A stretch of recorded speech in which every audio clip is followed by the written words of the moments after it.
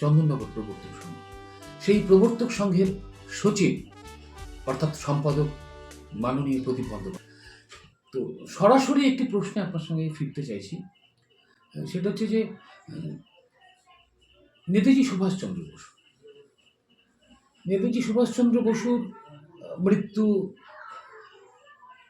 এই সমস্ত নিয়ে একটা জটিলতা বা একটা রহস্য তো ছিল। আর আমরা জেনেছি যে চন্দননগর প্রবর্তক সঙ্গে নেতাজি এসেছিল। এই বিষয়টা আমি আপনার কাছ থেকে জানতে চাইছি। নমস্কার, আমি প্রবর্তক সংঘের পক্ষ থেকে এই বিষয়ে দু চার কথা বলবার জন্য আমাদের মাননীয় দেবকিশোর চক্রবর্তী মহাশয় আমাকে অনুরোধ করছেন। আমরা প্রবর্তক সংঘের পক্ষ থেকে এই বিষয়টা জানাবার যতটুকু আমাদের জানা আছে সেই বিষয়টা আমরা জানাবো। প্রবর্তক সংঘের একটা জিনিস মনে রাখতে হবে, এটা কিন্তু সেই সময়ে ধরুন বাঘাযতীন, শচীন্দ্রনাথ সান্যাল, যাদুগোপাল মুখোপাধ্যায়, ঋষিকেশ কাঞ্জিলাল একদিকে অরবিন্দ ঘোষ, বারিন ঘোষ, উল্লাসকর দত্ত, এই যে একটা অগ্নিযুগ যাকে বলা হয়, কানাইলাল দত্ত, রাসবিহারী বোস, অগ্নিযুগ। এই সময় চন্দননগরে সারা ভারতে একটা কথা, একটা শব্দ প্রচলিত আছে, সেটা হচ্ছে আখড়া, বিপ্লবীদের আখড়া, যেটা আপনার বেনারসি ছিল, যেটা আপনার নবদ্বীপে ছিল, যেটা আমাদের প্রবর্তকে আছে, যেটা আপনার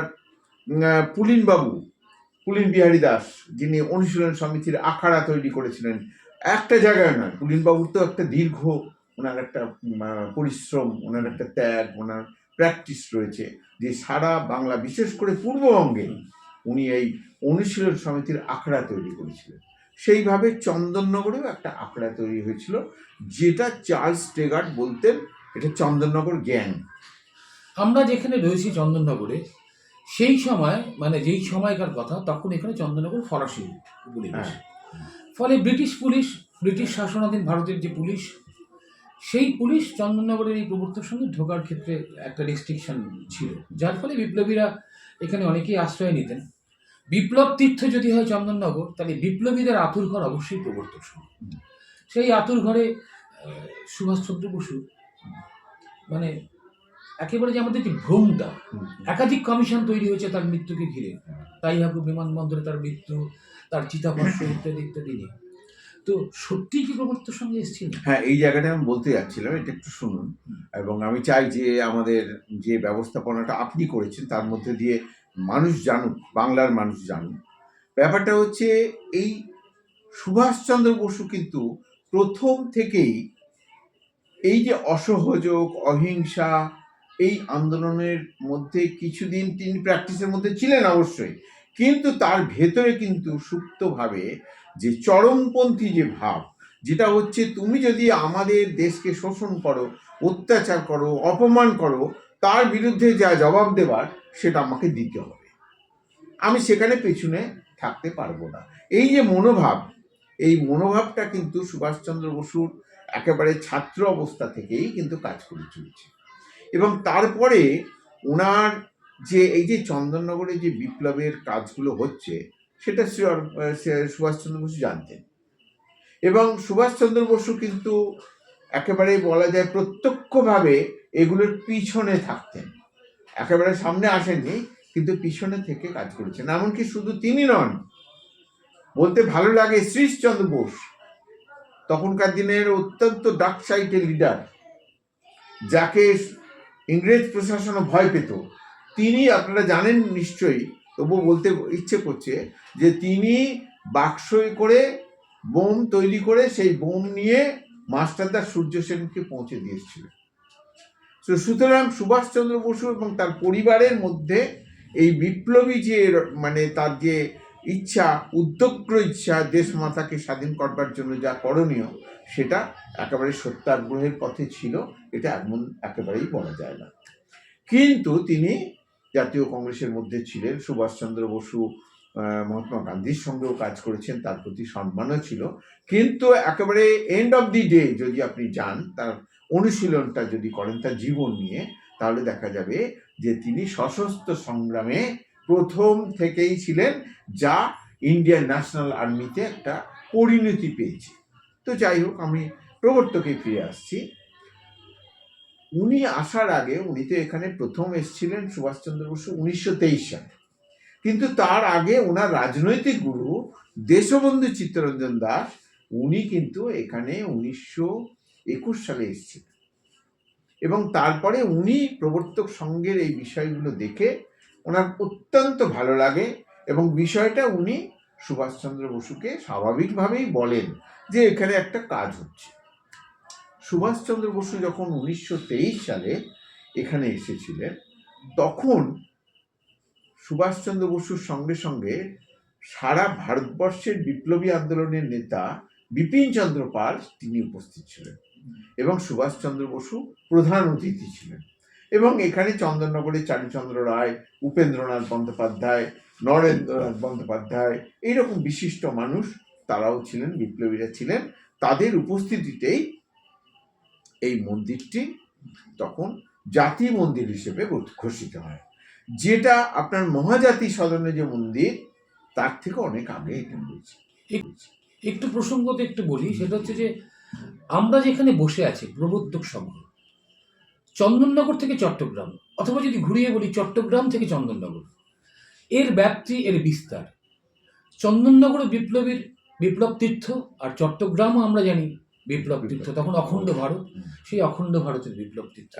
আর আমরা যে ঘরটায় বসে আছি, আমরা আমাদের উল্টো দিকে যারা আছেন, বিশ্বাস করবেন না, আমার গায়ে কাঁটা দিয়ে উঠছে যে এই ঘরটাতে বা এই যে মাটিটাতে আমরা যেখানে আছি, যে ছাদের নিচে, আর যার সঙ্গে কথা বলছি, আমরা তো শুনবো সেই কথাবার্তাগুলো।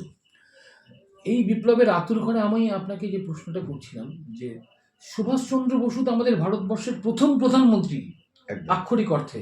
তো স্বাধীনতার পরে 1947 সালের 15ই আগস্টের পরে সংবাদ মাধ্যম, গণমাধ্যম বিভিন্ন রকমভাবে বিভ্রান্তি ছড়িয়ে তাকে প্রমাণ করার চেষ্টা, যে তিনি নেই।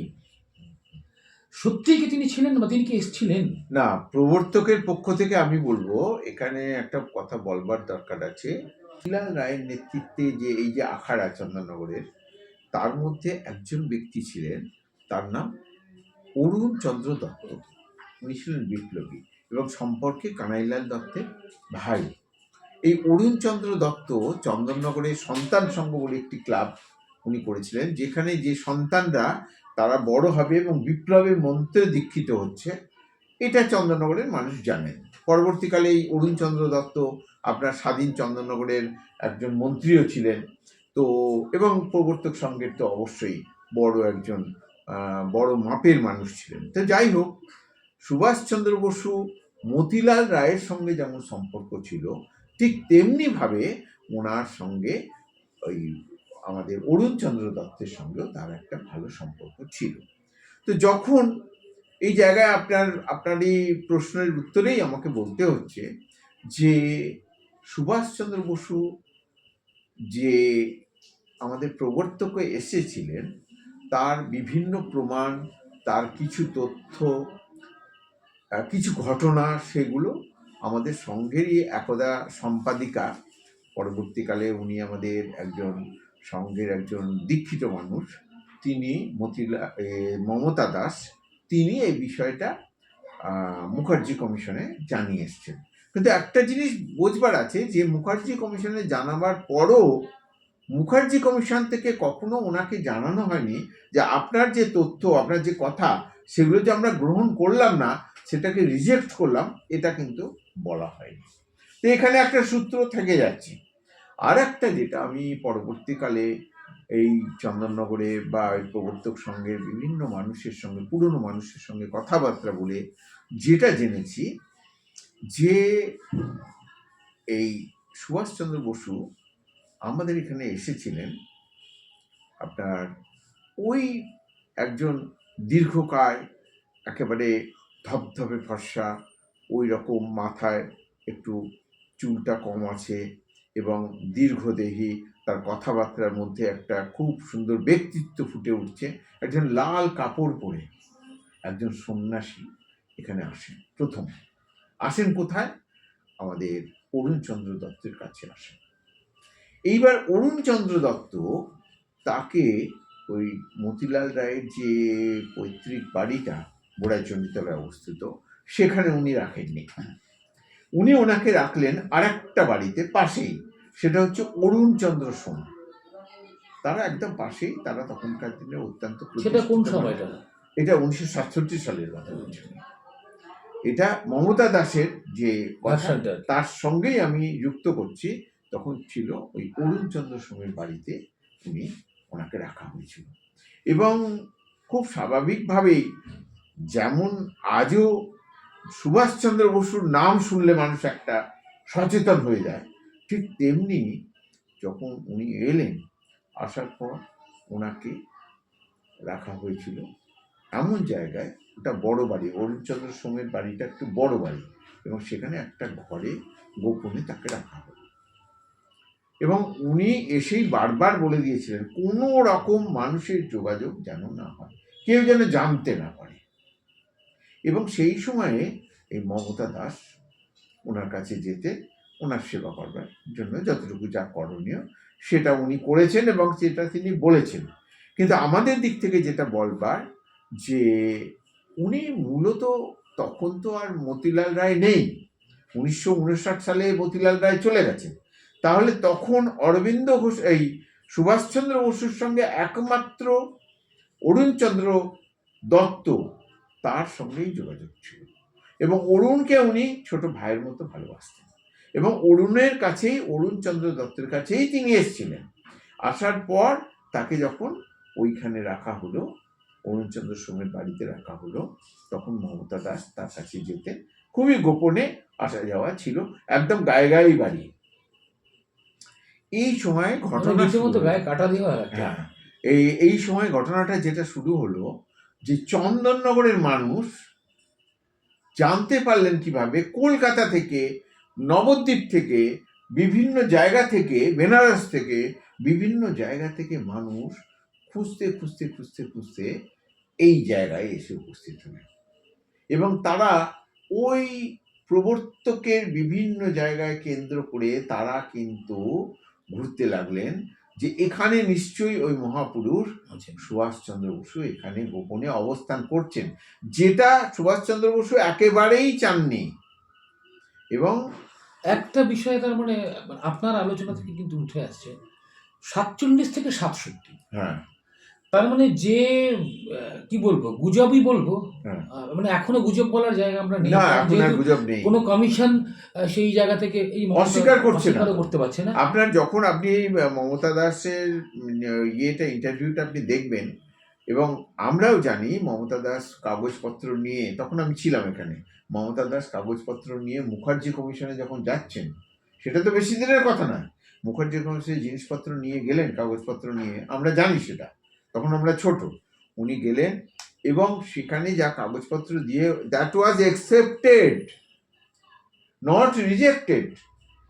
এইখানেই কিন্তু সূত্রটা এসে যাচ্ছে।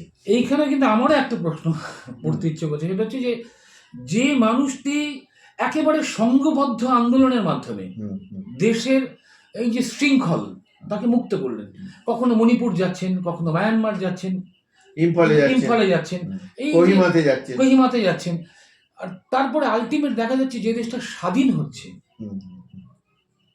তারই মস্তিষ্ক প্রসূত, তারই রক্ত প্রসূত সেই মানুষটা স্বাধীন ভারতে, স্বাধীনতার 20 বছর পেরিয়ে গেছে, তখনও তাকে আত্মগোপন করে থাকতে হচ্ছে। না, এটার একটা ব্যাপার আছে, যেটা আমার যে দৃষ্টিভঙ্গি থেকে আমি বলতে পারি, মমতাদির মতো বলেছেন, বা অন্য কুণালবাবুর মতো বলেছেন, আমার যেটা মনে হয়েছে যে সুভাষচন্দ্র বসু যদি জনসমক্ষে আসতেন, একটা জনবিস্ফোরণ ঘটত, একটা ভয়ঙ্কর একটা, মানে ওনাকে নিয়ে একটা বড় মাপের একটা আন্দোলনই বলুন, বিপ্লব বলুন, সংগঠিত হতে পারত।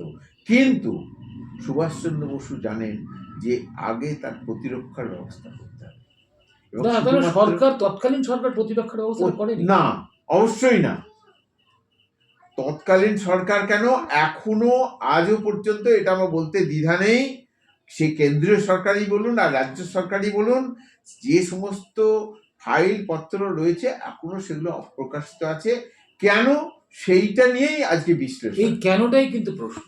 সুভাষচন্দ্র বসুর শিক্ষানীতি, সুভাষচন্দ্র বসুর স্বাস্থ্যনীতি, সুভাষচন্দ্র বসুর বিদেশ নীতি, তার অর্থনীতি, এগুলো তো প্রতিটি মানুষের কাছে একটা এখন রয়েছে, এখন প্রত্যেকটি জিনিস রয়েছে, এবং সেটা মানে সারা ভারতবর্ষের মানুষ, সেখানে কোনো হিন্দু, মুসলমান, খ্রিস্টান, বৌদ্ধ, জৈন কোনো বিভেদ নেই। এমনই একটা লিডার যার দিকে যিনি একবার যদি দাঁড়িয়ে যান কোথাও, সেখানে হাজার নয়, লক্ষ নয়, ভারতবর্ষের সমস্ত কোটি কোটি মানুষ তার পিছনে দাঁড়িয়ে যাবেন। তো সেই মাপের মানুষ চট করে বেরোতে গেলে তার একটা প্রশাসনিক একটা বর্ম লাগবে। না, কিন্তু 20 বছর স্বাধীনতার 20 বছর পরে এই 20 বছর সময়সীমার মধ্যে তার নিরাপত্তার বলয় তৈরি করতে পারবে সেটা করতে দেয়নি বঙ্গ সরকার বলুন অথবা দিল্লির সরকার বলুন। শুনুন, এটা হচ্ছে আমি পরিষ্কার বলে দিচ্ছি আপনাকে, যারা রাজনৈতিক নেতা, যারা শাসকের আসনে বসে আছেন, তারা জানেন যে সুভাষচন্দ্র বসু বেরোলে আমাদের চেয়ারগুলো লোকে ছুঁড়ে ফেলে দেবে, এই আমাদের আর কোনো অস্তিত্বই থাকবে না। এটা কিন্তু একটা ভয়ঙ্কর ব্যাপার। যে দল ধীরে ধীরে ধীরে গড়ে উঠে একটা মন্ত্রিসভা চালাচ্ছে দীর্ঘদিন ধরে, তাদের শুধু মন্ত্রিসভা চালানো নয়, তার সঙ্গে সাথে ক্ষমতাভোগী, সে কেন্দ্রীয় সরকারই বলুন আর রাজ্য সরকারই বলুন, এই ক্ষমতাভোগীরা কিন্তু নিজেদের ক্ষমতাটাকে অক্ষুণ্ণ রাখার জন্য তারা জানে যে আজকে যদি সুভাষচন্দ্র বসু বেরিয়ে আসে তাহলে কিন্তু আমাদের আর কোনো অস্তিত্ব, আমার মনে হয় আমরা যারা সমস্ত ক্ষমতাটাকে অক্ষুণ্ণ রাখার জন্য তারা জানে যে আজকে যদি সুভাষচন্দ্র বসু বেরিয়ে আসে তাহলে কিন্তু আমাদের আর কোনো অস্তিত্ব, আমার মনে হয় আমরা যারা সমস্ত, আমি বলছি যে আপনার রাজনৈতিক দলগুলোর কোনো অস্তিত্ব থাকবে না, মানুষ তখন এক কেন্দ্রিক হয়ে যাবে। সুভাষচন্দ্র বসু কি বলছেন সেটাই ফলো করব। 67 থেকে 2026 প্রায় ধরুন 60 বছর, 60 কম বেশি, এই যে সময়টার মধ্যে যারা সুভাষ প্রেমী মানুষ যারা আছেন, যারা নেতাজিকে সত্যি নেতার দৃষ্টিতে দেখতেন, নেতার সম্মান দিয়ে দেখতেন, শ্রদ্ধায় দেখতেন, তাদের কাছে আমার কোনো আবেদন নেই, আমার কোনো আরতিও নেই, কিন্তু একটা প্রশ্ন কি আমরা তুলতে পারি না, সত্যি পারি না, যে কেন নেতাজির প্রতি এত অবিচার হলো?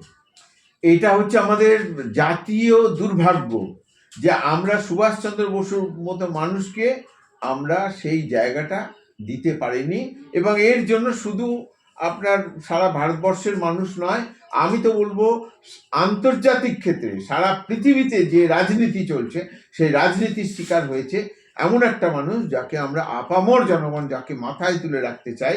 সারা পৃথিবীর যে রাজনৈতিক যে চক্র, সেই চক্রের বলি হলেন সুভাষচন্দ্র বসু। তাহলে ফাইলগুলো কিন্তু আমার মনে হয় খোলা দরকার, উচিত অবশ্যই, কমিশনের তথাকথিত কমিশনের নাম করে, এবং তাদের কঙ্কাল বেরিয়ে আসবে, এই কঙ্কালসার চিত্রটা আমার মনে হয় বেরিয়ে আসবে, যার জন্য তারা ভয় পাচ্ছে। সব আজ নয়, এই বহুদিন আগে থেকে এই প্রক্রিয়া এবং এর মধ্যে কি বামপন্থী কি দক্ষিণপন্থী সবাই সামিল, কেউ এর বাইরে নেই।